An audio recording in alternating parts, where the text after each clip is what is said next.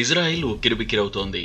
ఒకవైపు భూతల దాడులు మొదలైనప్పటి నుంచి హమాస్ మిలిటెంట్ల నుంచి తీవ్ర ప్రతిఘటన ఎదురవుతుండగా, మరోవైపు అంతర్జాతీయ సమాజం క్రమంగా విచక్షణారహిత దాడులను నిరసిస్తూ దూరమవుతోంది. ఈ ఘటనలు ఆ దేశానికి మింగుడుపడినవే. గాజాపై వైమానిక దాడుల విషయంలో ఇజ్రాయెల్ను అమెరికా అధ్యక్షుడు బైడెన్ పౌర మరణాలను తగ్గించకపోతే ప్రపంచ దేశాల మద్దతు కోల్పోవాల్సి వస్తుందని స్పష్టం చేశారు.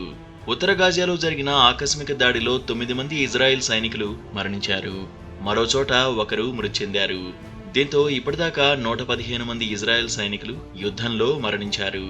భూతల దాడులు మొదలైనప్పటి నుంచి ఇప్పటిదాకా జరిగిన పోరాటంలో ఇజ్రాయెల్కు అతిపెద్ద దెబ్బ తగిలింది.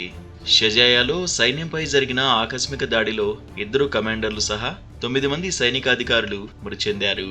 చనిపోయిన వారిలో గొలానీ బ్రిగేడ్ కమాండర్ల బృందం అధిపతి ఇజాక్ బెన్ ఉన్నారు. మిగిలిన వారిలో ఒక కర్నల్, కమాండర్లు, మేజర్ తదితరులు ఉన్నారు. యుద్ధం మొదలైనప్పటి నుంచి ఇజ్రాయెల్కు గట్టిగా మద్దతు పలుకుతూ వస్తున్న అమెరికా మాట తీరులో మార్పు వస్తోంది. విచక్షణారహిత బాంబు దాడులతో అంతర్జాతీయంగా మద్దతు కోల్పోవాల్సి వస్తుందని స్వయంగా అమెరికా అధ్యక్షుడే మంగళవారం ఇజ్రాయెల్ను హెచ్చరించారు. కాల్పుల విరమణ పాటించాలని ఐక్యరాజ్య సమితి డిమాండ్ చేసిన కొద్ది గంటల వ్యవధిలోనే బైడెన్ స్పందించడం గమనార్హం.